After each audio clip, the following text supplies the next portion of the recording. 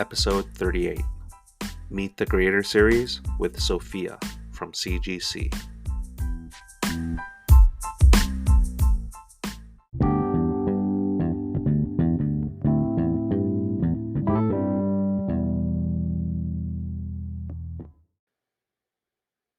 Hey Card Fam, like the last interview episode, instead of doing a full monologue intro for this episode, I'm just going to jump right into the interview so that I don't have to break this up into two parts. However, I do want to take a moment to thank CGC and its social media manager, Lindsay, for helping to coordinate this chat with one of their graders, Sophia. Man, I really enjoyed this chat. And if you like what you hear from my guest, please give her a follow on Instagram at softpelago, and I'll put the name in the show notes for this episode. And yeah, I gotta say, when I see content being created on the Pokemon and TCG side, including, my guest and her content, I'm just so like delighted and impressed by the creativity. And even though I'm not really into Pokemon for like my own PC, like my kids are and their friends are, and it's definitely big in their lives. And you've heard from my mini Meet the Creator series so far that it's really clear and apparent that Pokemon is the majority of all cards graded in the grading industry. And so it's something that I'm very interested in learning more about, again, at the very least, so I can connect more with my kids. But from an educational standpoint, again, I can't believe how well or how high quality the Japanese Pokemon cards are produced.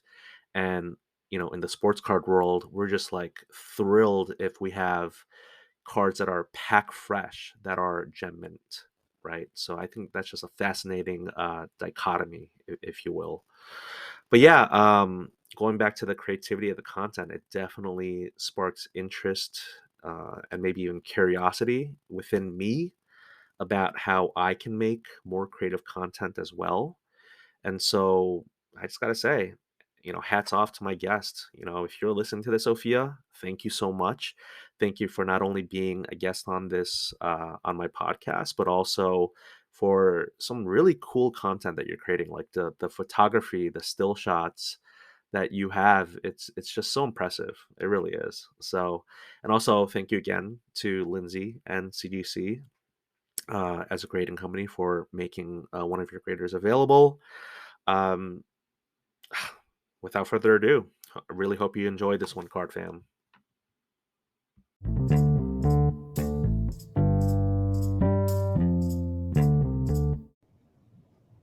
All right, I think we're live here. Welcome to what I think will be episode 38 of the Card Diary by Hobby S. Thompson. I'm your host, Denny Cards, the self-proclaimed jack of all trades, master of none, maybe even uncle or funkle in the hobby. And as I like to paraphrase Jay-Z, you could be listening to any podcast in the world, but you're here with me, and thank you so much for doing so. However, you are not here just with me today. I have a very special guest for this continuing mini-series of Meet the Grader within my podcast, where I'm just trying to learn more about the grading space and the companies and the people around it. Again, just trying to humanize different positions and aspects of the grading companies. So today, I am so pleased to say that I have a grader from CGC. Her name is Sophia, who I might add has a very impressive social media presence with more than triple my follower count. And she is just such a great content machine herself. She has been a grader for CGC for about 2 years.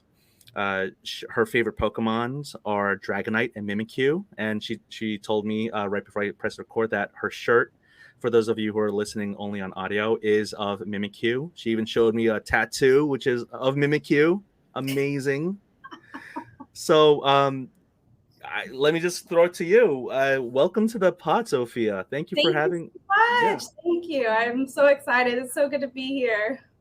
Yeah, no, it's so crazy. I was kind of going through these pre-recording questions just to see what we can talk about. And as soon as so Jesse from Sports Card Nonsense, shout out to him. He was a guest on my podcast and he's big into Pokemon. And he and I have talked about, I think we're buddies on Pokemon Go now and we're like sending each other gifts.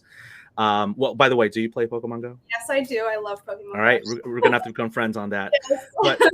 so one of the questions I had for him was like, what are the sports athlete analogs to certain Pokemon? So we're talking about like, Charizard and, the Michael Jordan of Pokemon is Charizard. So when you told me your favorite Pokemon were Dragonite and Mimikyu, I was like, all right, who are the athlete analogs, comparison points of that? And you had like this. Go ahead. Yeah, I don't know much about sports.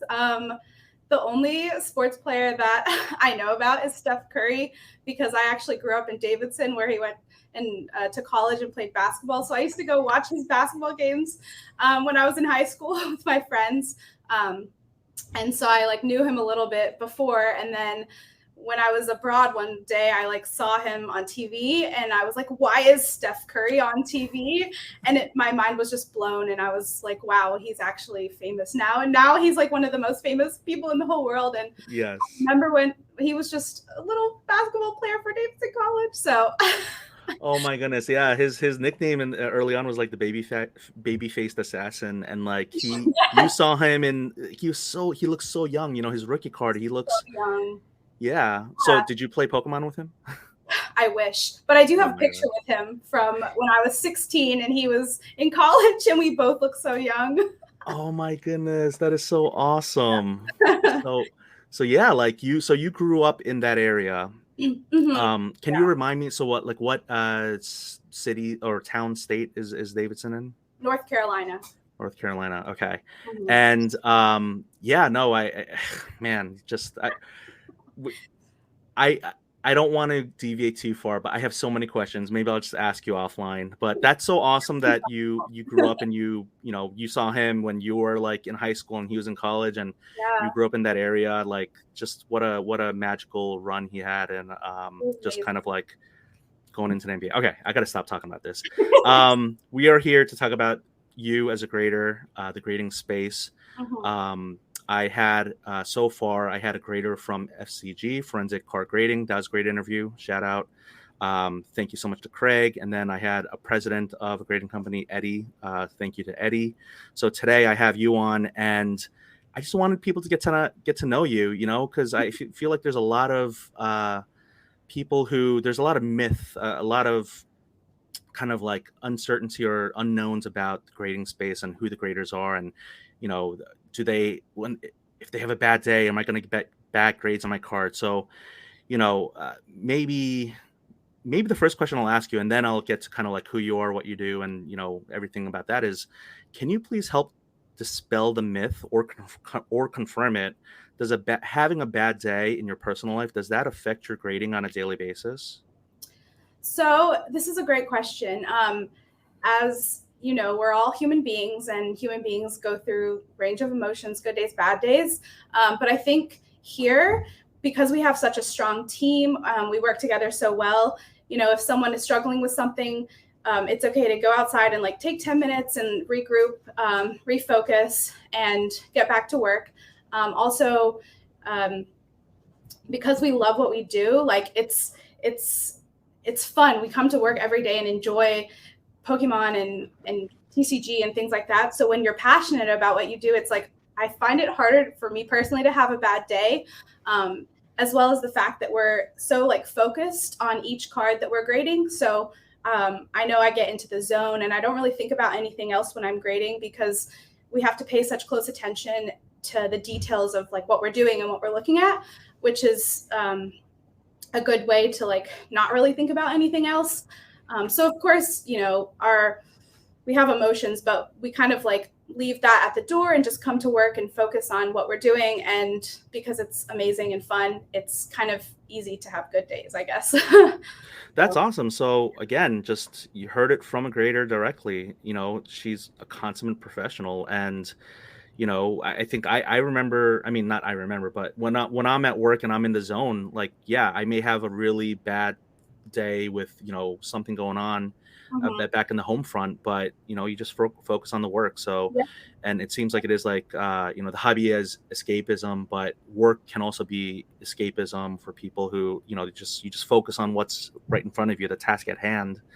And yeah, so hope listeners, that's two graders in a row who said, I'm a professional. We are human. We have emotions, but you put them at the door and you get to work. So I think that's really awesome. That's a great answer. So thank you so much for sharing that. Of course. So you're human again. I'm trying to humanize the grader.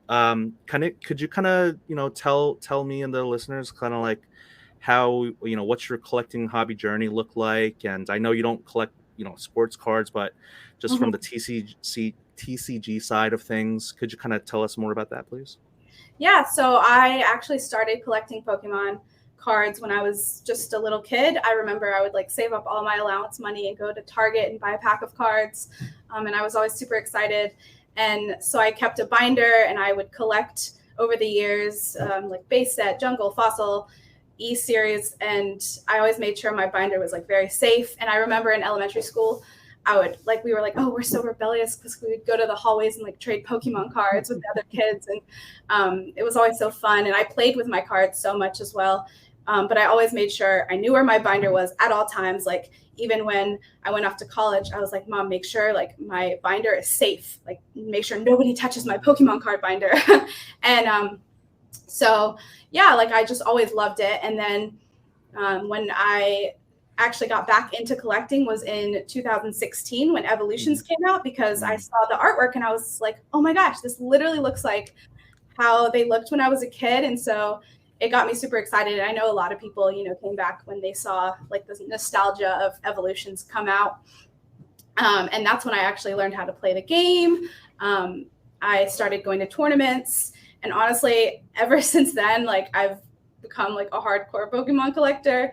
I started going to conventions, like pre-release tournaments. I got to meet Mitsuhiro Arita at a convention in London, which was amazing. And it became like my biggest hobby. And then the fact that then I was able to turn that into a job was just incredible. Like I never thought I would ever be able to do that.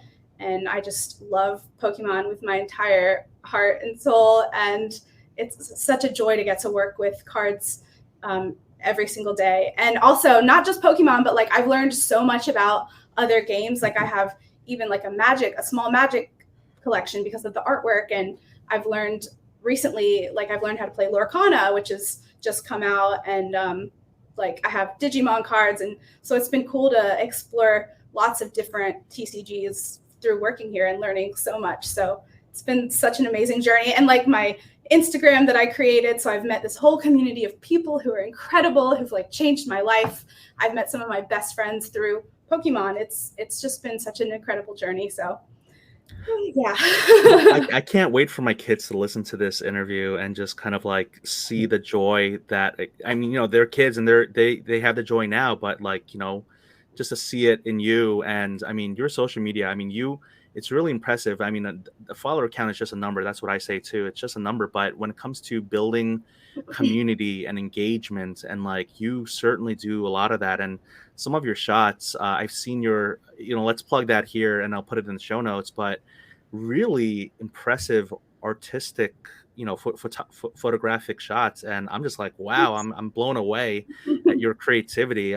Sometimes I feel like, the Pokemon community may have some, arguably better content creators just because maybe it is more artistic, because it is art. So when I see the content in the TCG space, I am very impressed on Instagram. So thank you so much. Yeah, I actually and I studied art and photography specifically in college, and I actually used to do a lot of photography, and so that's one of the main reasons that I started my Instagram account. I didn't think anything about that it was become this whole community. I was just like, I want to take like cool pictures of my cards and my Pokemon toys and stuff and post them. And it turned into something crazy beyond that I could ever have imagined, and this whole new world. So I love being creative and, taking like little figures out and putting them in the wild and like photographing them as if they're out there, things like that. I just love doing that. So yeah, I appreciate it a lot. Thank you so much. Yeah, no, absolutely. So could we plug that social media handle for folks who want to follow you? Yeah, on Instagram, I'm Soph Pelago, and then on everything else, it's Pokemon Pelago. I have a YouTube channel and stuff like that. So yeah. Soph Pelago's SOPHPE Plago. Yeah. Okay. What is Pelago? So the name actually came from when I was playing Sun and Moon at the time.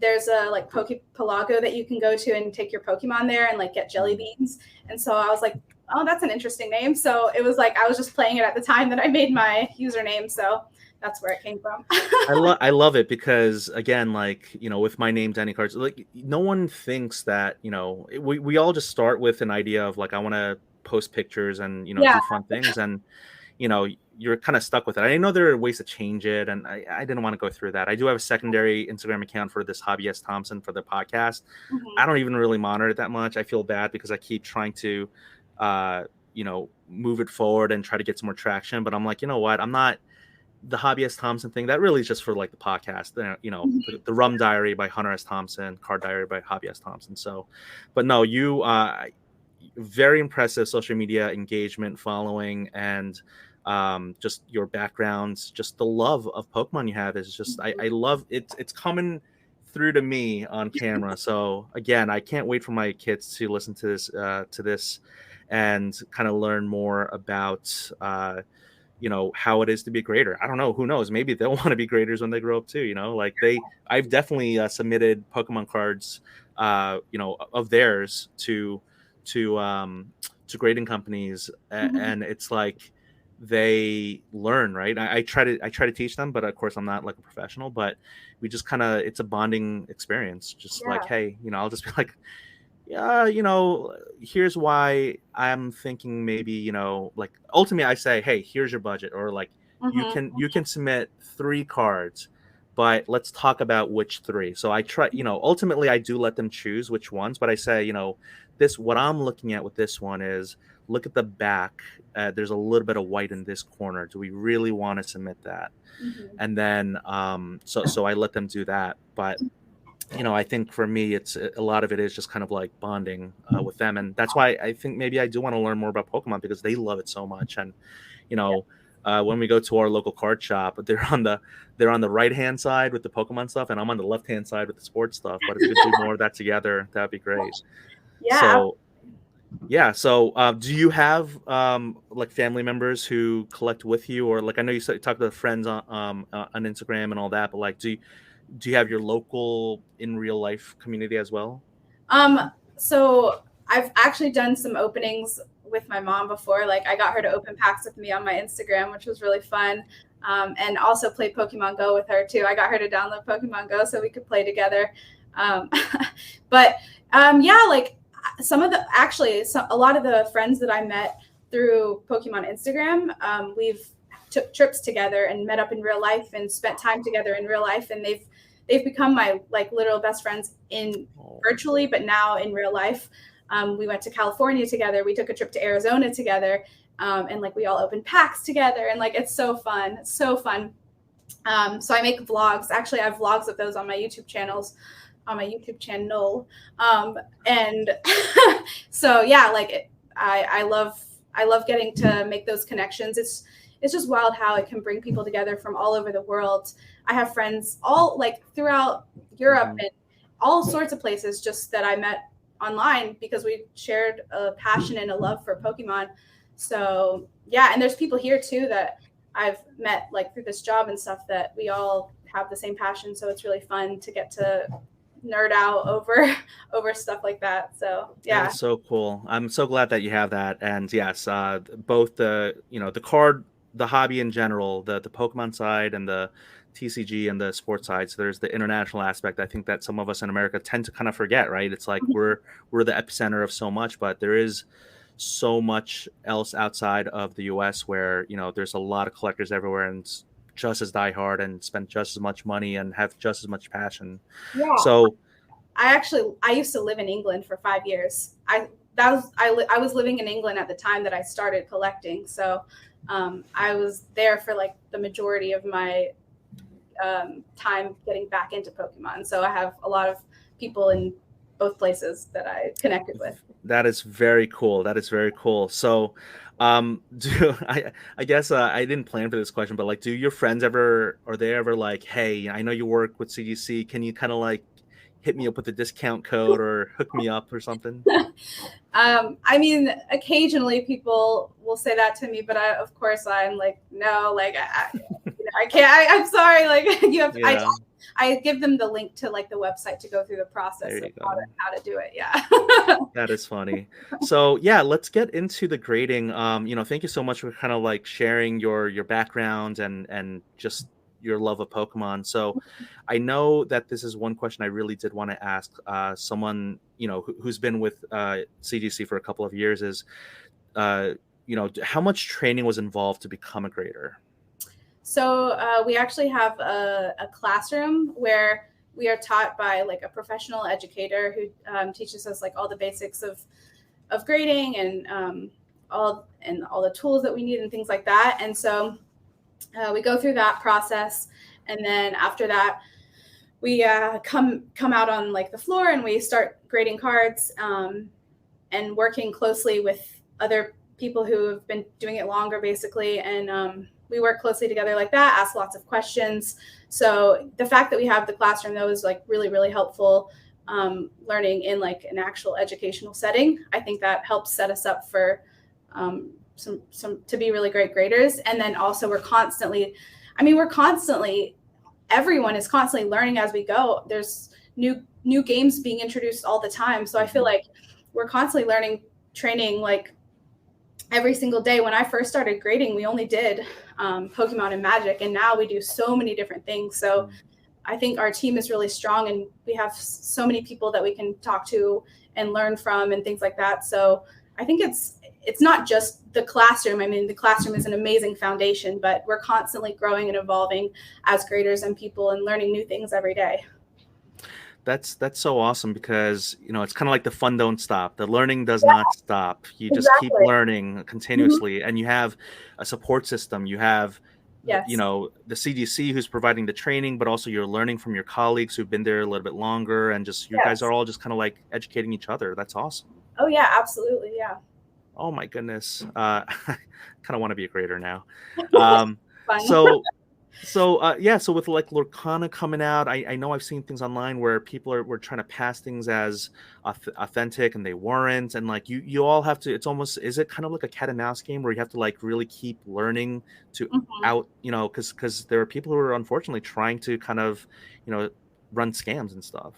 Oh yeah. I mean, we're always trying to see if there's things that aren't authentic, and then studying those. And yeah, it's a constant learning process because people are always coming up with new ways to try to like trick people or get things passed. So yeah, it's definitely a process, and we have to, again, that's where we have to be very detail oriented and like really focus on what we're doing, because we want to obviously put out the best quality work and make sure we do the best we can. So yeah, it's definitely a constant learning process for Yeah, sure. no, absolutely. And one thing I did want to ask, and I know it's a little bit of an uncomfortable question, but it's one that I think a lot of people, again, kind of like to dispel the myth is, oh man, these graders, they all grade each other's cards, they're all buddies, and oh, you got the president of the grading company, he grades his own cards and he gets all this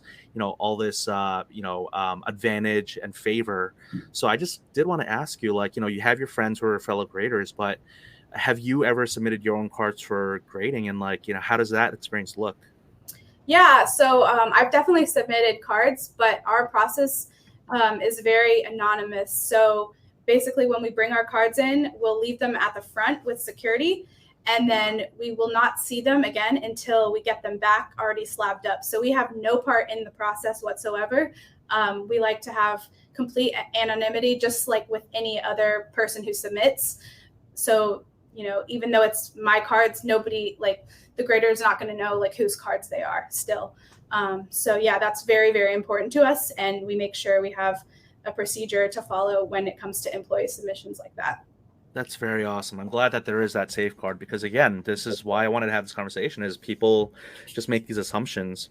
Yeah. And thank you for that very, candid honest answer. So when it comes to say submissions that or cards of you have that you have or you grade, I know I briefly kind of talked about this before I pressed record, but in the sports card world, there's like these three general eras of cards, which are vintage, modern, ultra modern. And so I was wondering, I know you don't grade sports cards, but with the cards you do grade, are there different eras? And if so, does your time or experience grading those cards, does its time change because it takes you longer for maybe a different era and things like that, like maybe it is like in sports card world?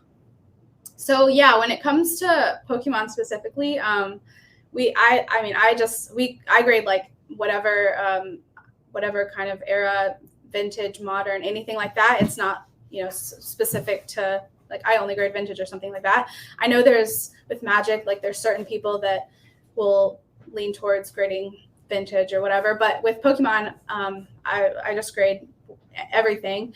And yeah, it does take it can take longer, slightly longer to grade vintage cards, like if they're super beat up or things like that. We have to look for all the little things. Modern typically are nicer because they're new, they haven't been sitting around for 20 years. So it can take it can take shorter amount of time for modern, but typically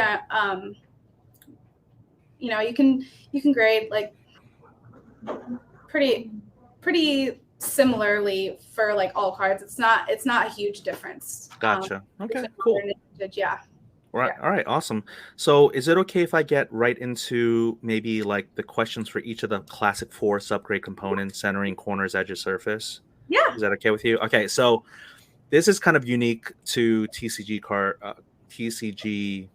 game card game trading card game cards. Yeah. So, with centering, Mhm. I know in the sports card world there is more leeway for the back of the card versus the front of the card. Um, and backs of sports cards have stats information, but for card games you have to have like a deck of playing cards the exact same back, because you're trying to, for tournament play, you don't want people to know what card is coming up next and all that. So how much leeway do you give the back of the card versus the front of the card when it comes to centering? Yeah, I think it's pretty similar. The front definitely, I think, is more makes more of a difference than the back, but also centering. It's just kind of it is what it is. Like no matter how well you preserve your card or how you don't, like it's the centering is not going to change. So that because of that, we don't we don't go like a one for centering or something like that. We don't hit centering as hard because you can't control what the centering is. Right. So yeah, which is why it won't completely like destroy the grade if it has bad centering or Yeah. stuff like And that. can I just say before we go to the other three subgrades, I am continuously amazed and impressed by the quality of the Japanese, or even American, but like the Japanese Pokemon cards and the TCG cards, because the quality control is just stellar. Yeah. We have in the sports card world, we have cards that come out of $1,000 boxes where the centering is just completely can be destroyed, Hmm. and their print lines and everything. And here we have, I know you have full art cards where there's no borders, but even the cards that have borders, I look and it's like perfect borders every single time. And then for the borderless cards, I guess I can't tell if things are well centered, but I have no doubt that they are actually centered really well. So Hmm. centering and print lines, those are the manufacturers, the burdens on the manufacturers, but we as consumers, we have to bear the brunt. Yeah. It's a risk we take, I guess. Yeah, it is. And it is incredible. Japanese quality of Pokemon cards and other cards are just so good. I actually love collecting Japanese cards, and honestly, like because it's partially because the quality is just so good. There's a lot less centering issues or print lines or any kind of defects than with English cards. Um, and I've noticed like even recently with the Scarlet and Violet era, like there have been like factory issues that you pull it straight out of the pack and it has something wrong with the surface or something like that. And Mhm. it's it can be I know it can be very frustrating to people because it's like they just pulled the card and already Yeah. it's not going to get a 10 because there's all Right. these issues with it straight out of the pack. But with I feel like with Japanese that's like rarely an issue. Yeah. No, Yeah. absolutely. So yeah, I think maybe the sports card world, we should demand more. We should demand the Yeah, quality. absolutely. It's Yeah. wild that if you get like a one rare card like that's that much money and it has horrible centering, I feel like they should be more careful with the quality control No, with totally, totally. yeah. So when it comes to, again, the differences between sports cards and TCG, Craig mentioned how you have tournament players or tournament play cards where they're actually like double sleeved, and they're sleeved upside down, meaning that the top of the card goes to the is inserted first into the sleeve. Can you confirm or deny these wild rumors? I mean, I used to, in my own personal collection, I used to double sleeve cards because I thought it would protect them better. And I would put like the really tight, perfect fits on it. And actually, I feel like that kind of could easily damage it. I think it's safer just to have one sleeve on it because the more sleeves you're putting on it, the more chance of that it can like rub on the corners or the edges or things like that. So I think just keeping it in one sleeve is sufficient enough. Sleeve it and like put it in. If I'm a huge binder collector, so I have a lot of my cards in Mm. binders.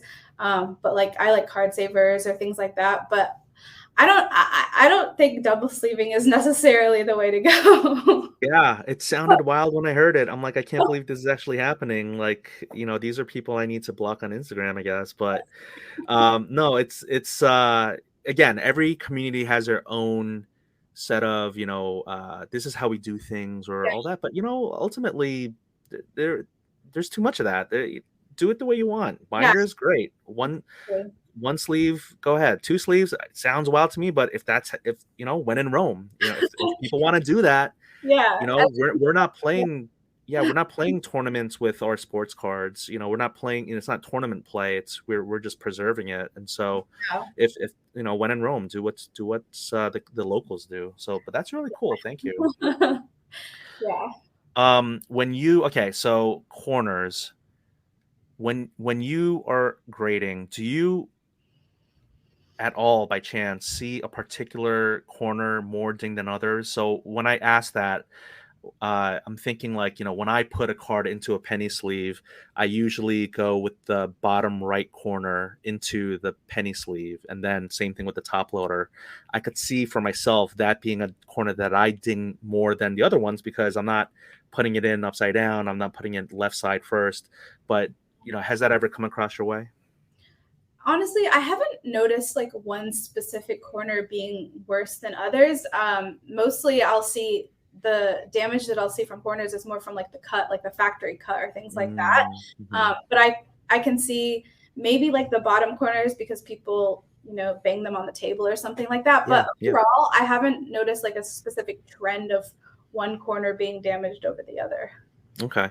Yeah. And we're talking about card savers. Do you like it when submitters submit with like the card saver and then like a little tab, like a sticky tab on top, so you can pull the card out, or is that completely irrelevant? Does that not matter at all?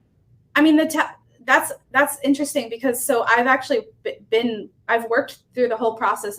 So I started working in verification and receiving verification. So when I was doing that, it kind of helped to have a pull tab because it made it kind of quicker. But you also still have to be careful because when you're pulling it out, you have to make sure because some people would like stick the pull tab directly onto the card or things like that. So Oh, that was not the that's best. what are But people doing? that happened a lot.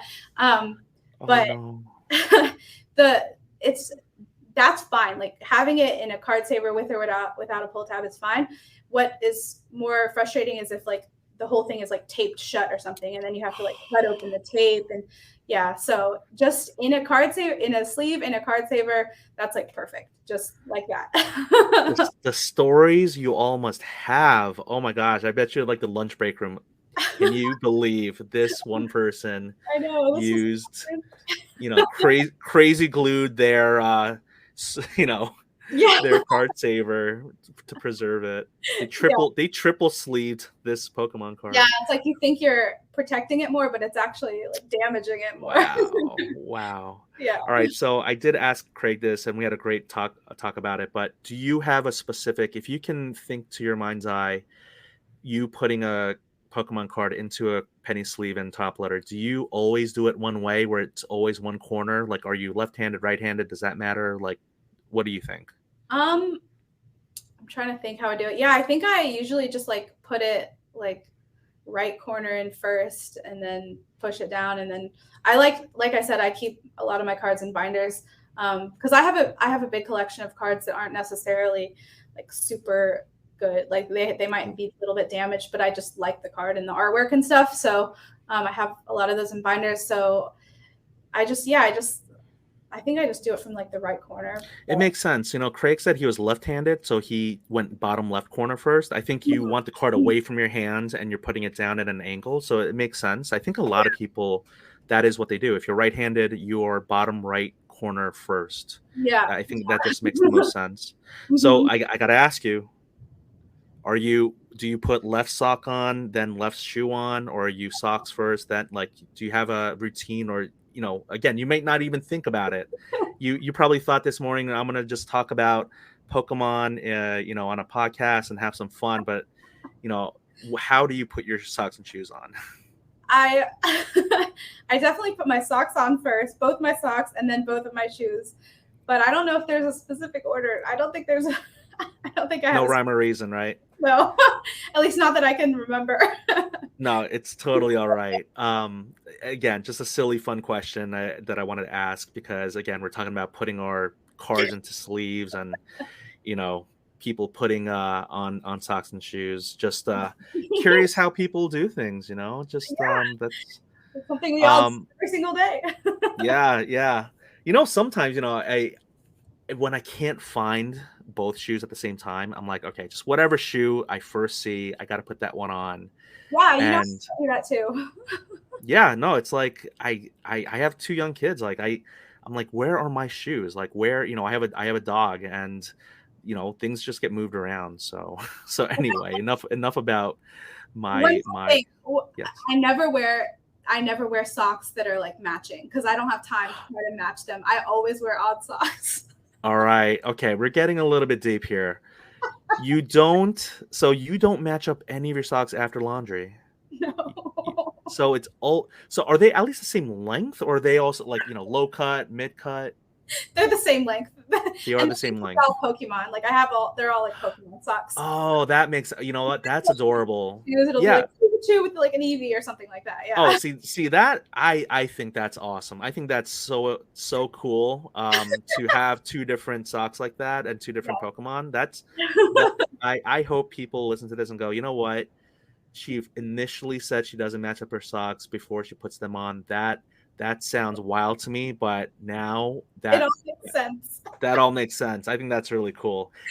My kids, I don't have adult Pokemon socks for myself, but my kids have their Pokemon socks, and I'm just like, again, just different person, different collector, different, we're all different people, but I spend so much time hunting down socks to try to match up. Like I'm the opposite. I need, You're like, I like, need them to match. yeah, they're these. I feel like all my socks are from like Costco, and they're all Puma. Shout out to all of us dads out there who are, all of our apparel is now Costco, Kirkland signature, and all that. But I gotta say, there are socks where there's just one little thing different from one sock to the other, and it's like the inseam color is gray or blue, and I'm like, I can't. It has to be the same. It's like I have to have the same pair, otherwise I just feel off. And so, but maybe I live how the when in Rome. Just maybe I should just Absolutely. embrace different. I should buy adult Pokemon socks. That's what I Do should do. it. Do it. It'll change your life. Like they're amazing. I mean, I love everything. I have Pokemon shirts and dresses and everything Pokemon. I'm obsessed. That's awesome. Yeah, no, I should probably get some more Pokemon apparel in my closet. Maybe not the dresses. I just don't know if that's gonna, if they Fair. make a men's size for me. But I will say that I want to get more into Pokemon again to bond with my kids, because I know that they're going to, not like, I only have them for a short period of time, and then they grow up, and then they Mhm. want to hang out with their kid, with their friends, and my influence on them, and just starts to slowly wane. So but yeah, no, thank you so much. Like that's that is great. That is so awesome. So we moving on to the third of the subgrades of the four subgrades. Mhm. So edges. Do you kind of like the corners question? Do you see any particular edge that is more affected than the others? And the reason I ask that is we know that people, any card, if you put into a top loader, people are pressing on that top edge. Mhm. Some people tap it, some people smush it, some people, well, remember that thing from the 90s, or it's like bop it, skip Oh, it, yeah, bop twist it, it. twist it. Yeah. Yeah, what are people doing to their cards? But yeah, do you see that? Yeah, I feel like the tops and the bottom edges usually are worse than the sides, typically. But again, it also depends on like, with modern cards, usually it's not so much of an issue. It's mostly like older cards that we see a lot more of that kind of damage. I think I think a lot of people are pretty careful with like how they put the cards in, so it's not too there doesn't get to be too much damage that way. But yeah, like it's again, it's if there's issues, it's because of the cut or something like that, or the way that the blades slice the card or whatever. So Mm. generally, I don't see again a specific thing except for the maybe the tops and the bottoms a little more than the sides. Gotcha. Yeah, because now I'm thinking about it, I'm thinking about the penny sleeves top loaders, but people are again in the 90s, if they're playing Pokemon or the early 2000s, they have the binders and they're putting their cards. You can't tap a card into a binder. You do have to kind of press on the top to put it in. Yeah. It's not a individual top loader that you just kind of do that with. Yeah, So and back in the day, I feel like people didn't really even put sleeves on. They would just put them straight into the binder.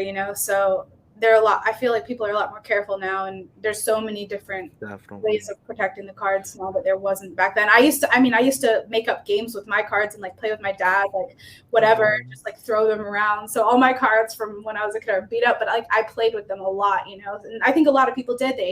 They didn't know it was going to become some super valuable collectible. We just threw them around and played with them like kids do. So and yeah. and they're kind of they were supposed to be played. It's like toys, like They're yeah.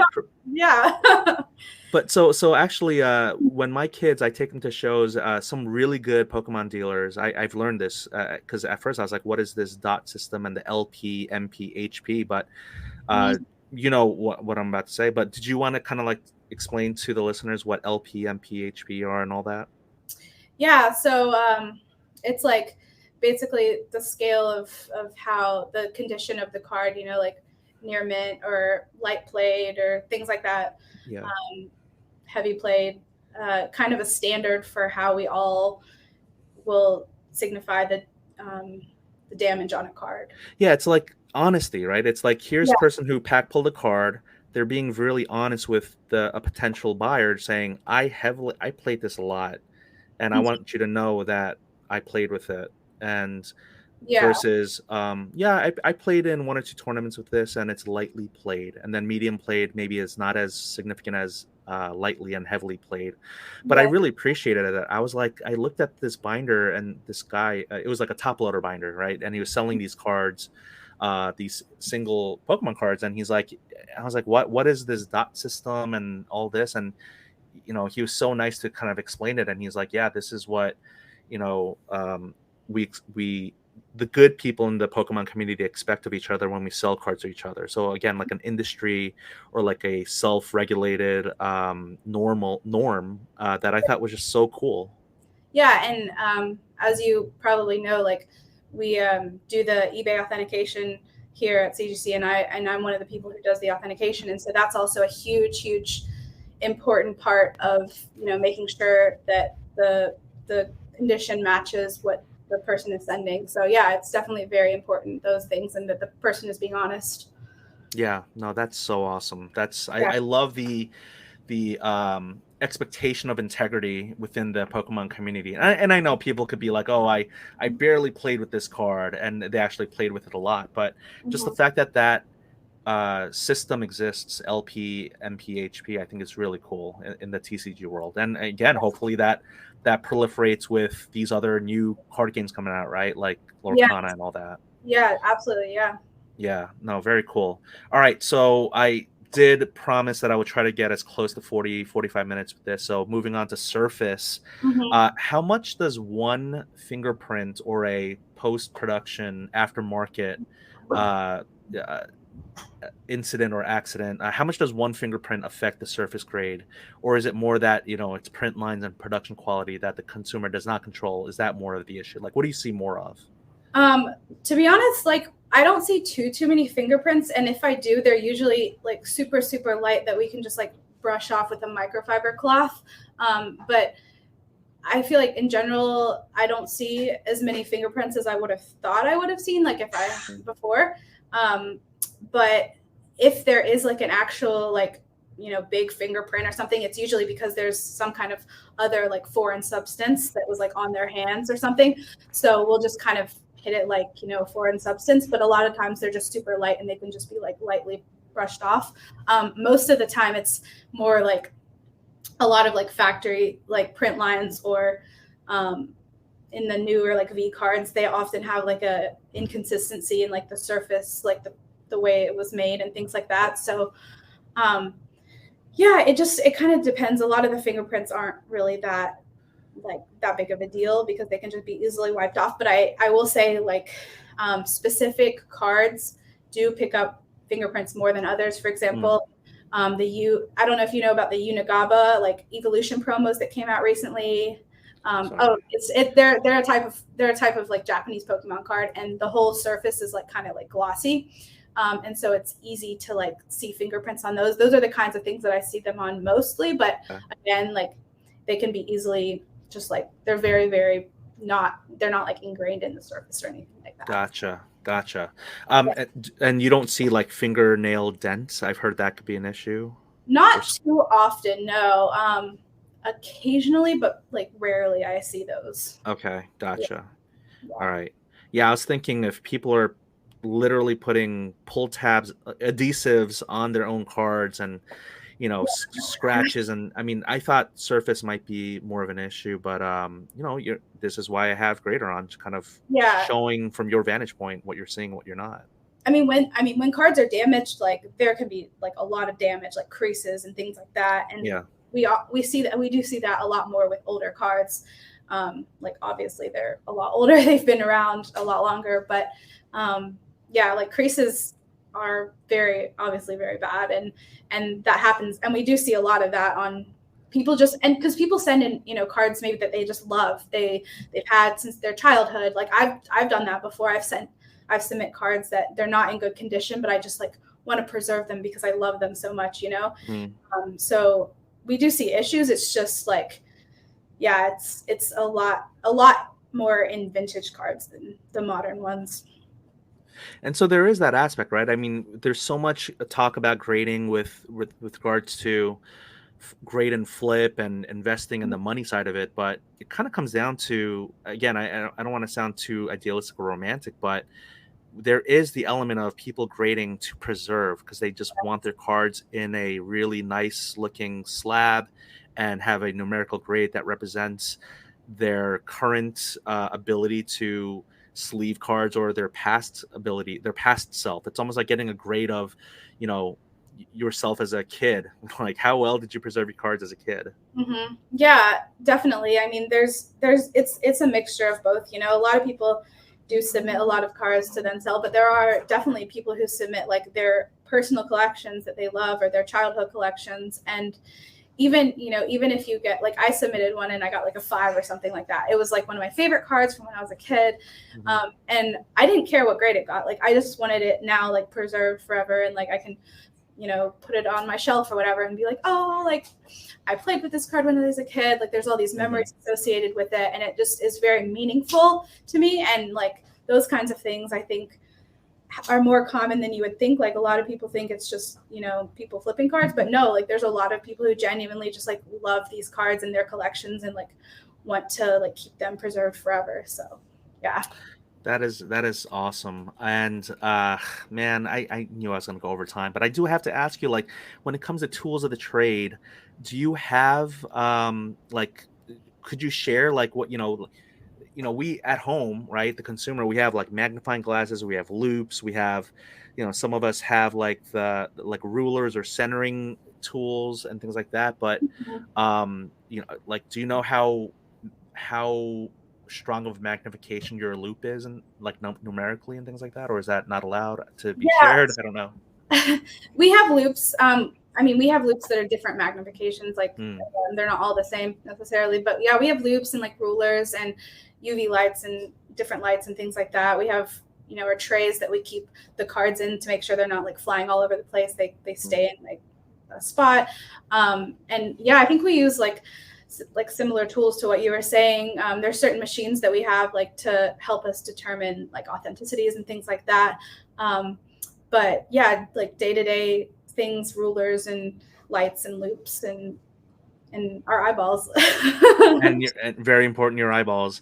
And I gotta say, I promise I am not gonna ask about the machines, because we don't want to. That's definitely something that should be kept secret to you all, because that's how you get That's how you're ahead of these people who are doing some unsavory things. So, but I think it's really cool that you answered in that way of like, you have different loops, different lights. Again, you're a professional.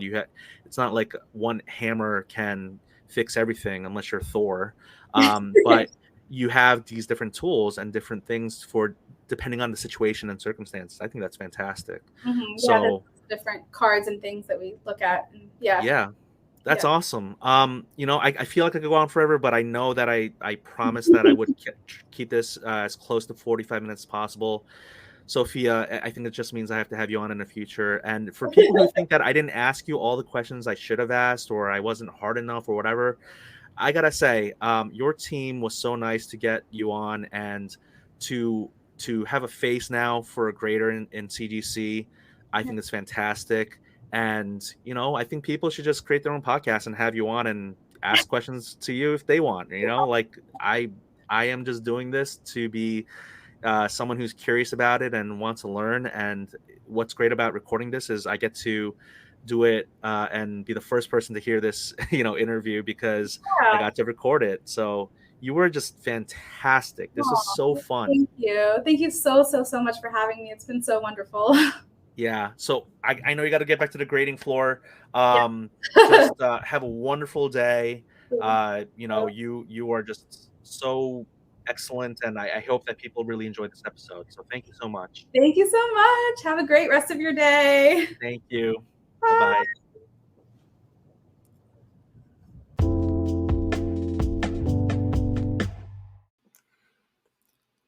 Thank you for listening to the Car Diary by Hobby S. Thompson. You can find the show's Instagram account at Hobby S. Thompson, all one word. And you can find my personal hobby Instagram account at Denny_cards. You can also reach me and the show via email at hobbysthompson@gmail.com. Please send any and all questions there if you do not have Instagram. Also, if you're able to rate or review this podcast in whichever platform you're listening to me on, I would very much appreciate that. Finally, wherever you are in your cardboard journey, I wish you well, and I am rooting for you. Remember, we all start at zero, and also do what you want, because unless this is a business or a main source of income for you, the hobby is supposed to be fun.